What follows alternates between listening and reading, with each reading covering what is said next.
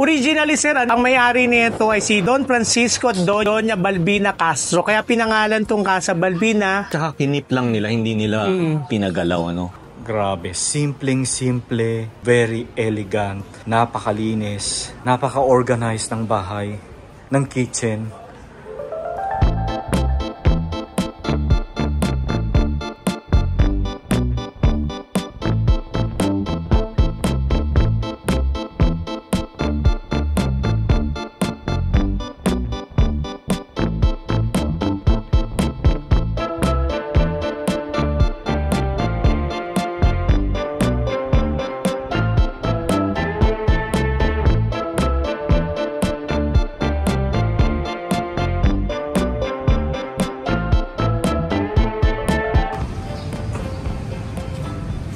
Okay, pasok tayo sa loob at mag-pray muna tayo.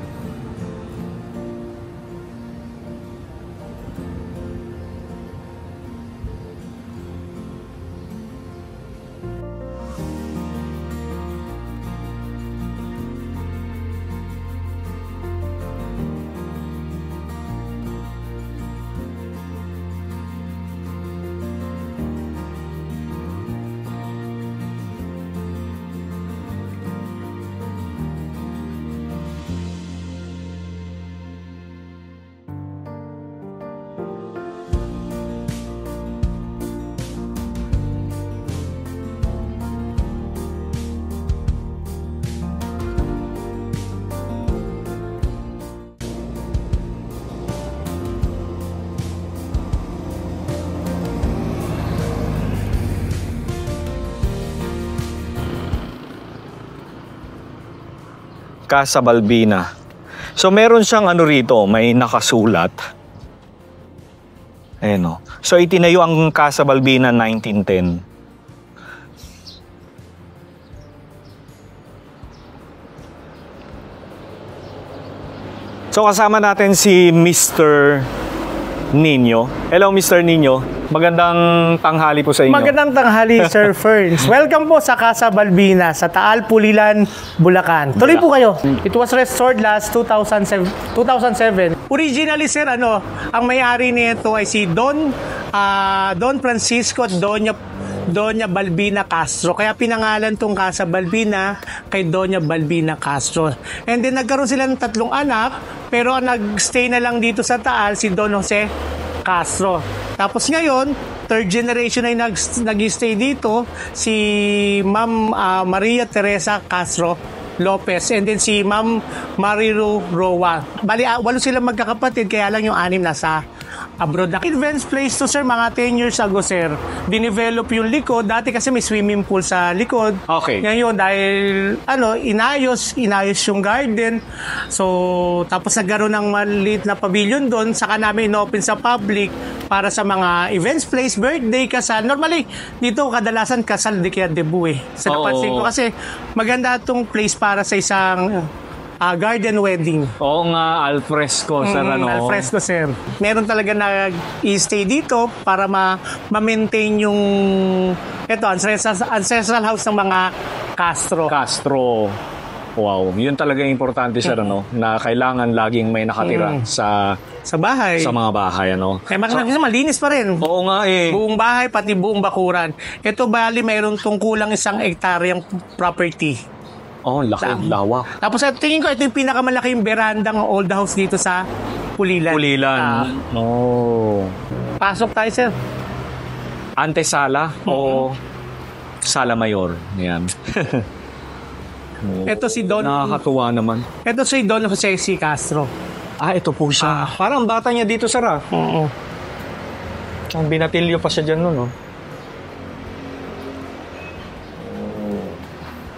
So lahat po ng kahoy dito, sir, ay ito pa, original yan. Of course, the original flooring. Sir. Pati yung painting sa ceiling. Opo.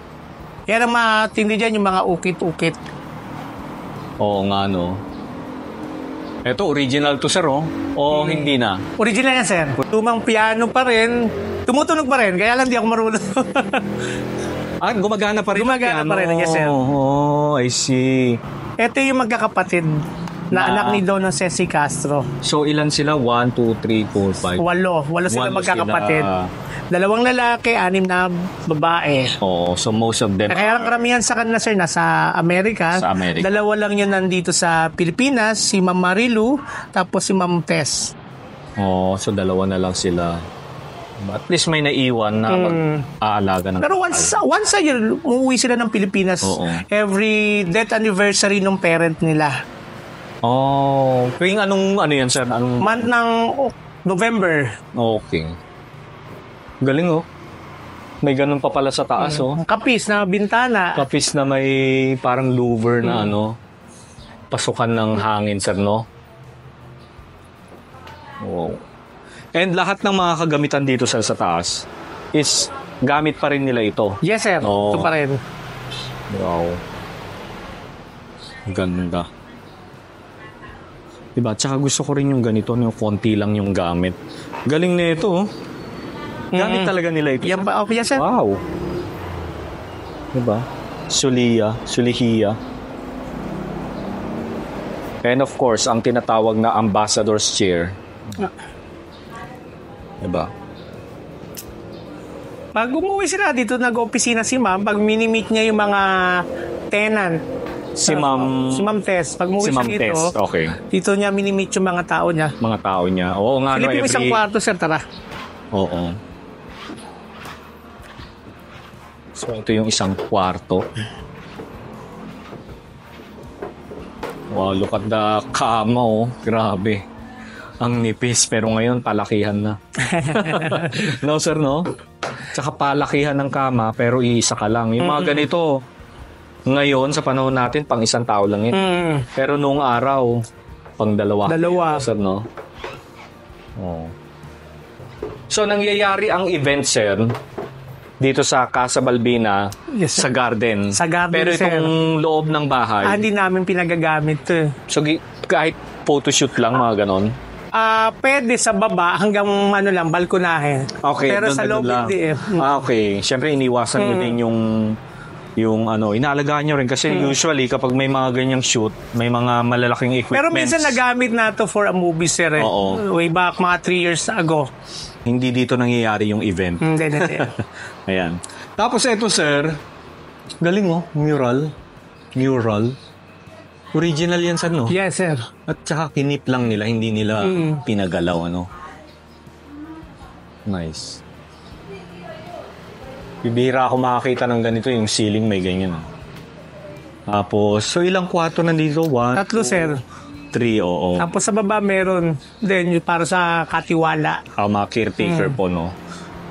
Okay, so ito yung isang kwarto. Ayan.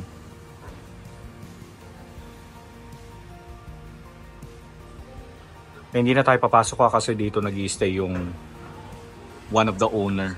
So hanggang labas lang tayo ng kwarto, ano.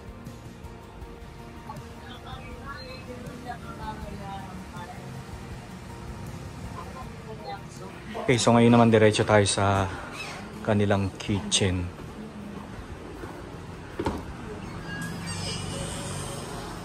O, di ba?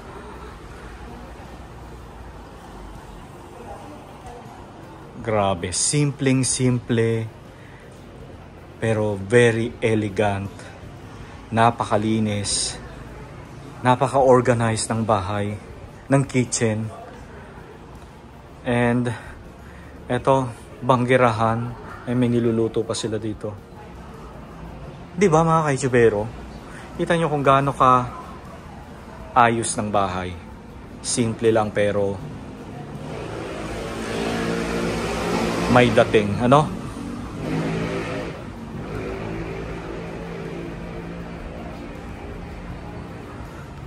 So dyan tayo galing kanina sa baba. Ayan. Ayan. So hindi ko na ipakita yung mga CR, mga kaitsubero, kasi modern naman siya. Hindi na siya yung lumang CR. So lahat ay napalitan na. Ayan. Okay, so dito na tayo bababa sa harap. Oh, ito yung silong noon. Ito yung silong dati na tinatawag na silong. Pangkaraniwan naman dito sa Taal, halos lahat may silong. Oo. Yung style ng bahay, yung pawid yung bubong, tapos may hagdan paakyat, tapos yung babae silong, lagayan ng palay, tapos Oo. Yung pawid is nipa hut, yung dahon ng nipa. Yan. O, diba?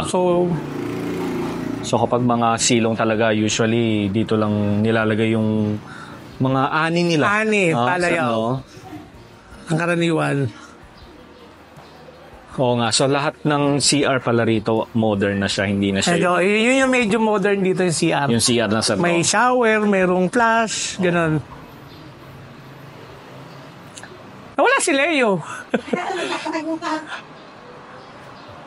Okay na kayo malis dyan.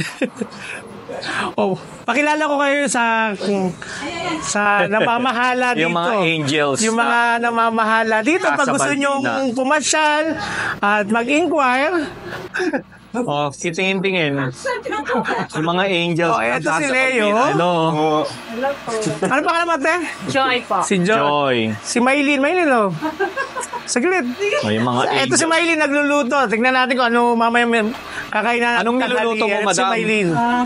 Masarap magluto si Maylin. Madam, anong niluluto mo? Ayan, sinampalukang manok. Wow, sinampalukang manok. O, di ba? Ganyan yung sinampalukan, sir, sa amin. May kasama. Pangkaraniwan may kasamang dugo. Masarap yan. Wow. Hindi pa ako nakatikim ng sinampalukan na may dugo ng manok. Masarap yan. Oo. Masarap sana kung kung manok na Tagalog Kaya lang medyo rush Okay lang po. O, diba? Pero masarap yan, si Maylin nagluto. Yan ang kakainin natin mamaya, di ba? Yan yung mga food na namimiss natin na wala na ngayon. Puro ano na lang, tinimplahan ng magic sarap. So, punta tayo sa event place. Sa entrada, meron kaming grotto. Kasi ang kaya may grotto dito kasi ang patron namin dito sa Barangay Taal is Our Lady of Lourdes. So pag napunta kayo sa chapel, meron din dong grotto. Kasi ang patron saints nga namin ay Our Lady of Lourdes. Our Lady of Lourdes. Kapag pasok yan, entrada ng area, Casa Balbina. Galing kay Lola Balbina. Oo. Tapos dito nangyayari yung garden. Dito nangyayari na. Oo. Garden events. No? Pag maliit na, pinagagamit namin tong parking. Pero pag pwede naman gamitin nyo. Sa event place din may maliit kaming pavilion doon. Oo nga. May pavilion pala rito. So, okay. Sarapan dito, medyo presko kasi may mga puno ng mangga.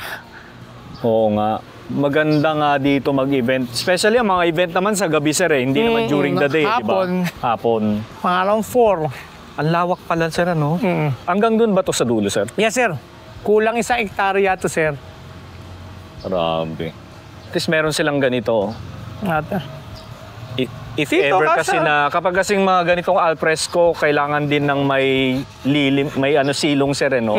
Just in case lang na umulan. Pwede silang pero meron naman na dito. kami nakaantabay na tent just in case na okay po. uulan. Oo. Pero dito, pwede na yung short. Mga 60 hanggang 70 katao pwede dito. Pero kung magaling yung catering, mga kaya 100. Kayang-kaya nila yun. Adjust lang talaga. Nakakatuwa naman. Ito yung tinatawag natin, sir, na adaptive reuse. Yes, sir. Na lumang bahay, tapos nirepurpose, tapos ginawang yes, event place. Yung iba naman ginagawa nilang hotel or commercial. Basta something na magagamit yung bahay. Yes, na sir. hindi kailangang ibain. No, sir, no? Yes, sir. Yun ang mahalaga. Apo. So, For improvement pa rin to, sir. Baka by next year, may mga plans pa rin kami siyempre dito. Actually, balak ng may-ari ibalik yung swimming pool. Tapos yung magkaroon ng kwarto para pwede magstay yung, kunyari, yung couple. Pwede mag-overnight. Dati kasi may kubo sa likod kaya lang malakas kasi ang maintenance ng swimming pool tapos ng kubo kaya tinanggal. Pero ngayon, ino-open namin baka next year ibalik siya. Pinag-iisipan pa rin kung magkakaroon na to ng pavilion na air condition kasi nga open to.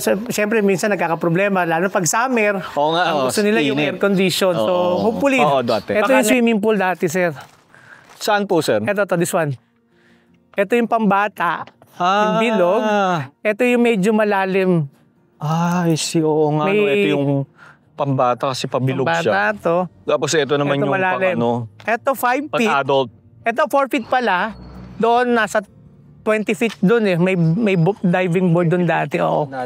So ito yung balak, huhukayin na lang din to. Ah, okay. Akala ko ililipat na ng ibang pwesto. Dito pa rin. Ito pa rin. Ito pa rin. Tapos ibabalik yung pinanggalingan ng kubo, maglalagay ng mga rooms doon. No, para pwede. Tentative. Oo. Yun yung plano. Nice. Kasi dito naman yata sa Pulilan, walang ganito yata dito. Wala, Sana, puro no? air condition ng Oo ano nga dito. po eh. Sa mga gusto pong pumasyal dito po sa Casa Balbina, sa Taal Pulilan, Bulacan, pwede po kayo pumasyal Monday to Sunday from 8 a.m. to 5 p.m. po. Hanapin nyo na lang po si Leo, di kaya po ako, para ma-tour ko po kayo, ma-discuss ko po sa inyo, just in case na mayroong gusto pong photoshoot, mag-celebrate po rito ng birthday, debut, kasal, welcome po kayo rito. Di kaya po, pwede po kayong dumiretso po sa page ng Casa Balbina. Andun po yung mga details ng telephone number at antay ko po kayong pumasyal po rito. Maraming salamat po. Maraming salamat, Sir Nino. Thank you, sir. Thank you po.